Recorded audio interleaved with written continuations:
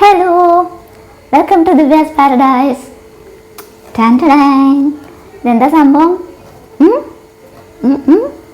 Okay, ഉണ്ണിയപ്പം, കാരവലപ്പം എന്നൊക്കെ പറയാം.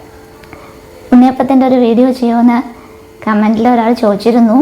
അപ്പം അതിന് മുന്നേ തന്നെ ഞാൻ ഉണ്ണിയപ്പം വേണം, ഉണ്ണിയപ്പം ചെയ്യണം എന്നിങ്ങനെ വിചാരിച്ചിരുന്നു. കാരണം എൻ്റെ ഫേവറേറ്റാണ് ഈ സംഭവം. അമ്മയാണ് ഉണ്ണിയപ്പം ഉണ്ടാക്കാറ്. ഞാൻ ഫസ്റ്റ് ടൈമാണ് ഇതുണ്ടാക്കിയത്. പക്ഷെ കുഴപ്പമില്ലാതെ ഒട്ടിപ്പിടിക്കാതെ സൂപ്പറായിട്ട് കിട്ടി. ഉണ്ണിയപ്പം കിട്ടി. ഞാൻ ഇത് കണ്ടോ, അടിപൊളിയായിട്ട് കിട്ടി. പക്ഷേ അമ്മ ഉണ്ടാക്കുമ്പോഴേ ഒട്ടിപ്പിടിക്കുന്ന പ്രശ്നങ്ങളൊക്കെ ഉണ്ടാകാറുണ്ട്. അപ്പോൾ ഞാൻ വിചാരിച്ചു ഇതും ഇങ്ങനെ ഒട്ടിപ്പിടിക്കും. അങ്ങനെ അമ്മ സർക്കസൊക്കെ കാണിച്ചിട്ടാണ് ഉണ്ണിയപ്പം ഉണ്ടാക്കി തരാറ്. പാവം. ഇപ്പം ഞാൻ എന്തൊക്കെ സർക്കസ് കാണിക്കേണ്ടി വരും, ഒട്ടിപ്പിടിച്ചാൽ അമ്മയെ വിളിക്കാം എന്നൊക്കെ വിചാരിച്ചിട്ടാണ് ഉണ്ടാക്കിയത്. പക്ഷേ ഒട്ടിപ്പിടിക്കാതെ ഇങ്ങനെ കിട്ടി. അപ്പോൾ ഇന്നത്തെ നമ്മുടെ വീഡിയോ ഉണ്ണിയപ്പമാണ്. വീഡിയോ കണ്ടോളൂ കേട്ടോ. അതിന് മുമ്പ് ഡ്രസ്സ് ഞാൻ കാണിച്ചെന്ന ടോപ്പാണ് ഞാൻ ഇട്ടേക്കുന്നത്. ടോപ്പും ലെഗിൻസും. ഇന്ന് ഞാൻ പുറത്തൊക്കെ ഒന്ന് പോയി. അപ്പോൾ അതിൻ്റെ വീഡിയോ ഞാൻ എടുത്തിട്ടുണ്ട്. അത് ഇനിയൊരു ദിവസം ഇടാം. അപ്പോൾ ഇപ്പോൾ നിങ്ങൾ ഉണ്ണിയപ്പത്തിൻ്റെ വീഡിയോ കണ്ടോളൂ. ഓക്കെ. ഉണ്ണിയപ്പം ഉണ്ടാക്കാൻ വേണ്ടി ആദ്യം ഒരു മാവ് തയ്യാറാക്കണം. പച്ചരിയാണ് എടുക്കുക. ഞാനിവിടെ 1 ഗ്ലാസ് പച്ചരി എടുത്തിട്ടുണ്ട്. അത് നന്നായി കഴുകി ഒരു 2-3 മണിക്കൂർ നല്ല വെള്ളത്തിൽ കുതിർത്താൻ വെക്കണം. അങ്ങനെ കുതിർത്തെടുത്ത അരിയാണിത്. 1 ഗ്ലാസ് പച്ചരി. ഇനി വേണ്ടത് ശർക്കര പാനി കാച്ചി അരിച്ചെടുത്തതാണിത്. 8 അച്ച് ശർക്കരയാണ് എടുത്തത് 1 ഗ്ലാസ് അരിക്ക്. പക്ഷേ അത് മുഴുവനും വേണ്ടി വന്നില്ല കേട്ടോ. കുറേശ്ശെ ചേർത്ത് നോക്കിയാൽ മതി മധുരം. ഇത് നേന്ത്രപ്പഴം മുറിച്ച് വെച്ചതാണ്. 1 നേന്ത്രപ്പഴം, അതായത് ഏത്തപ്പഴം, പഴുത്തതാണ്. ഒരുപാട് പഴുത്തിട്ടില്ല, എന്നാൽ അത്യാവശ്യം പഴുത്തത്. അപ്പോൾ ഈ 3 സാധനം കൂടി മിക്സിയുടെ ജാറിലിട്ടിട്ട് അരച്ചെടുക്കുക.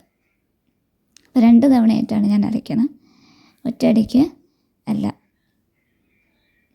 ആദ്യം കുറച്ച് അരി,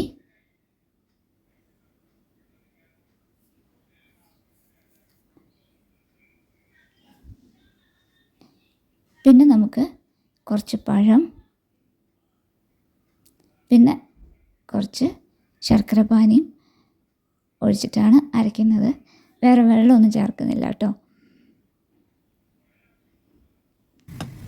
അത് അരച്ചു കൊണ്ടുവന്നിട്ടുണ്ട്. ഈ ഒരു പരുവത്തിൽ അരച്ചെടുക്കുക.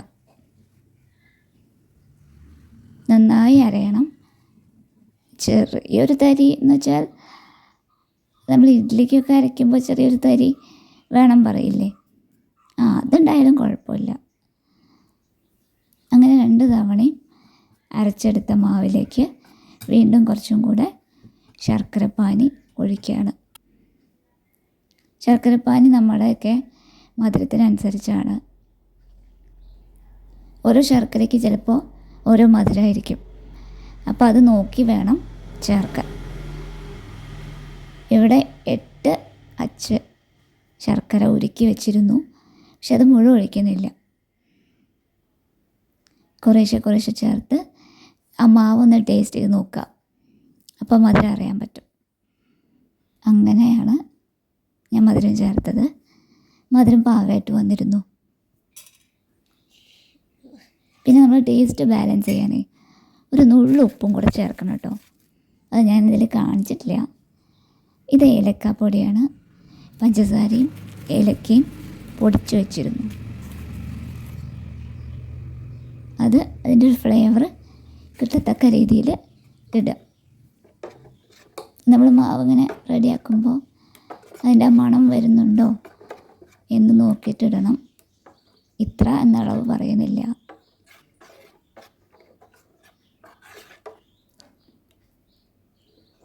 ഏലക്കായുടെ ടേസ്റ്റ് ഇഷ്ടമില്ലാത്തവർ ചേർക്കണ്ട. ചുക്കുപൊടി ചേർക്കാം, എള്ള് ചേർക്കാം, തേങ്ങാക്കൊത്ത് ചേർക്കാം. ഇതൊന്നും ഞാൻ ചേർക്കുന്നില്ല. ഞാൻ ഏലക്കാപ്പൊടിയും ജീരകവും മാത്രമേ ചേർക്കണുള്ളൂ.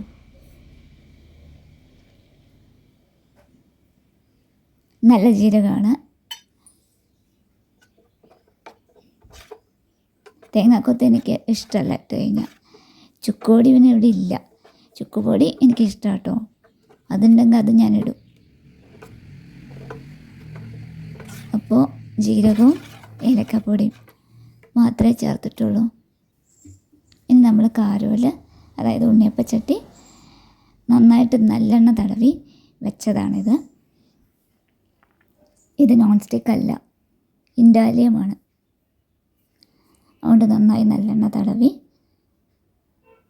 റെഡിയാക്കി വെച്ചതാണ്. ഇല്ലെങ്കിൽ ഒട്ടിപ്പിടിക്കും. അമ്മ ഉണ്ടാക്കുമ്പോൾ എപ്പോഴും ഇതിൽ ഒട്ടിപ്പിടിച്ചിരുന്നു. പക്ഷെ ഞാനെന്താ ചെയ്തതെന്ന് വെച്ചാൽ 2 ദിവസം നല്ലെണ്ണ തടവി വെച്ചായിരുന്നു. അത് കഴിഞ്ഞിട്ട് അതൊന്ന് കഴുകി, അത് കഴിഞ്ഞിട്ട് ഉണ്ടാക്കുന്ന സമയത്ത് വീണ്ടും നല്ലെണ്ണ തടവി കൊടുത്തു. എന്നിട്ടാണ് വെളിച്ചെണ്ണ ഒഴിച്ചത്. അങ്ങനെ വന്നപ്പോൾ ഒട്ടിപ്പിടിക്കാതെ കിട്ടി. മറ്റേത് അമ്മ നല്ലപോലെ കഷ്ടപ്പെടാറുണ്ട് ഇതിലുണ്ടാക്കുമ്പോൾ. എനിക്ക് അത്യാവശ്യം ഒട്ടിപ്പിടിക്കാതെയും പൊട്ടാതെയൊക്കെ കിട്ടി.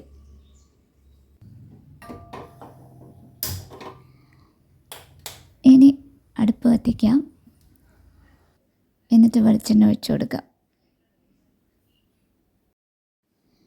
വെളിച്ചെണ്ണയാണ് ഞാൻ ഉപയോഗിക്കുന്നത്. സൺഫ്ലവർ ഓയിൽ ഇഷ്ടമുള്ളവർക്ക് അത് ഉപയോഗിക്കാം. ചിലർക്ക് വെളിച്ചെണ്ണയിൽ ഉണ്ടാക്കുന്നത് ഇഷ്ടമുണ്ടാവില്ല. അങ്ങനെയുള്ളവർക്ക് റിഫൈൻഡ് ഓയിൽ, സൺഫ്ലവർ ഓയിൽ ഉപയോഗിക്കാം. ഇവിടെ വെളിച്ചെണ്ണയാണ് ഇഷ്ടം.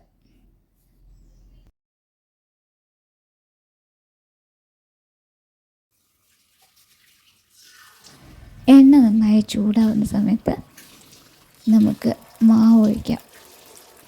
ഈ മാവിൽ ഒരു നുള്ളു ഉപ്പിട്ട് കൊടുക്കണം കേട്ടോ, മധുരം ബാലൻസ് ചെയ്യാൻ. ഞാനത് ക്യാമറയിൽ എടുക്കാൻ മറന്നു. ഞാനിട്ടിട്ടുണ്ട് ഒരു നുള്ളു ഉപ്പ്.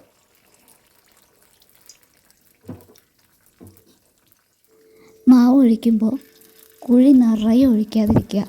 കുറച്ച് സ്ഥലം വിടണം, മുകളിലേക്ക് പൊന്തി വരും. അപ്പോൾ ആ കണക്ക് നോക്കി വേണം നമ്മൾ മാവ് ഒഴിക്കാൻ.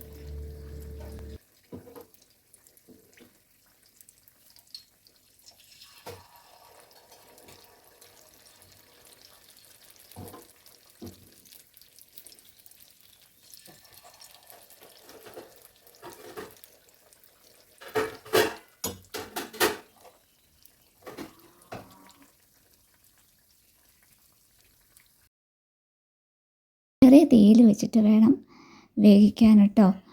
എണ്ണ നന്നായി ചൂടായി കഴിഞ്ഞാൽ നമ്മൾ മാവ് ഒഴിക്കില്ലേ, അത് കഴിഞ്ഞിട്ട് തീ ഒന്ന് താഴ്ത്തി വെക്കണം.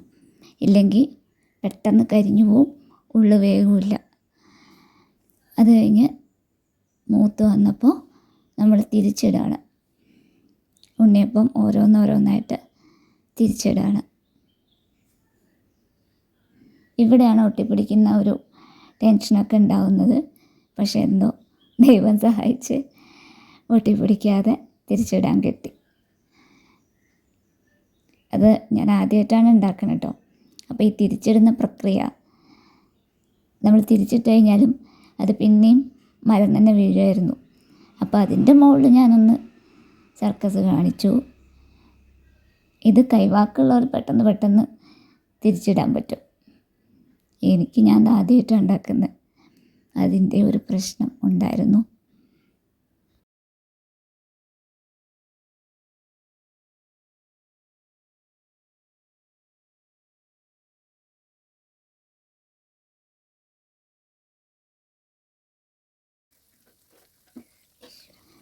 അങ്ങനെ ഉണ്ണിയപ്പം റെഡി ആയിട്ടുണ്ട്. നമുക്കിത് എണ്ണയിൽ നിന്ന് മാറ്റാം. ഇത് പപ്പടക്കോലിൽ ഒറ്റയടിക്ക് എല്ലാം കോർത്തെടുക്കും ആൾക്കാർ, ഇതിന് എക്സ്പീരിയൻസ് ആയ ആൾക്കാർ. പക്ഷെ എനിക്ക് എന്ത് പ്രാക്ടീസ് ആവുന്നേ ഉള്ളൂ. അതുകൊണ്ട് തന്നെ ഞാൻ ഓരോന്നോരോത്ത് കുത്തിയെടുത്ത് സ്പൂൺ ചേർത്ത് എണ്ണ കുടഞ്ഞ് എന്നിട്ടാണ് പ്ലേറ്റിലേക്ക് മാറ്റി. എല്ലാം കൂടി കുത്തിയെടുക്കാൻ എനിക്കൊരു പേടി, കാരണം ഇത് പൊട്ടിപ്പോയാലോ എന്ന്. അപ്പം കഷ്ടപ്പെട്ട് ഷേപ്പൊക്കെ ശരിയായി വന്നിട്ടുണ്ട്, ഒട്ടിപ്പിടിക്കാതെ കറക്റ്റായിട്ട് ഉണ്ണിയപ്പത്തിൻ്റെ ഷേപ്പിൽ കിട്ടി. ടേസ്റ്റ് നന്നായിരുന്നു കേട്ടോ, മധുരമൊക്കെ പാകമായിരുന്നു. അപ്പോൾ ആദ്യത്തെ അറ്റംപ്റ്റ് ആണെങ്കിലും ഫെയിലായില്ല, ജയിച്ചു.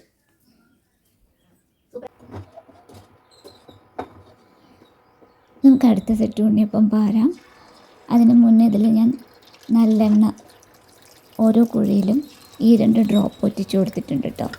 അത് ഞാൻ വീഡിയോ എടുത്തിട്ടില്ല. അങ്ങനെ ചെയ്യുന്നത് ഇനി ഇത് ഒട്ടിപ്പിടിക്കാതിരിക്കാൻ. അങ്ങനെ ഓരോ തവണ ഉണ്ടാക്കുമ്പോഴും ഈ 2 ഡ്രോപ്പ് ഓരോ കുഴിയിലും നല്ലെണ്ണ ഒറ്റിച്ച് കൊടുത്താൽ, ഞാൻ ചെയ്തിട്ടുണ്ട്, അതുകൊണ്ടാണ് പറഞ്ഞത്, അങ്ങനെ ചെയ്താൽ നന്നാവും.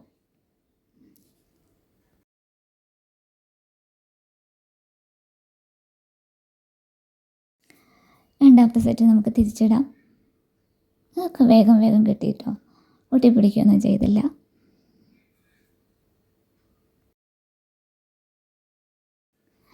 ഞാൻ ഉണ്ണിയപ്പം ഉണ്ടാക്കാൻ നോൺ സ്റ്റിക്കിൻ്റെ ഒരു കാരോൽ വാങ്ങണം എന്നൊക്കെ വിചാരിച്ചതാട്ടോ. ഇതിൽ ഒട്ടിപ്പിടിക്കുന്നതായിരുന്നു പതിവേ, അതുകൊണ്ട്. പക്ഷേ അതിൻ്റെ ആവശ്യമില്ല എന്ന് ഇപ്പോൾ മനസ്സിലായി.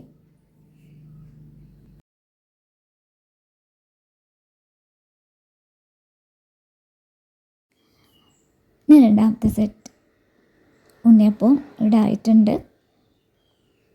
ഉണ്ണിയപ്പം വീഡിയോ ചെയ്യുമോ എന്ന് ചോദിച്ച ആൾക്ക് ഇതാ വീഡിയോ ചെയ്തിരിക്കുന്നു. സന്തോഷമായോ?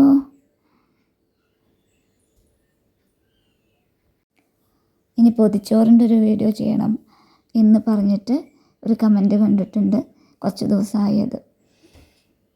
അത് ചെയ്യാം. ഒരു ദിവസം പൊതിച്ചോറ് വീഡിയോ വരുന്നതായിരിക്കും.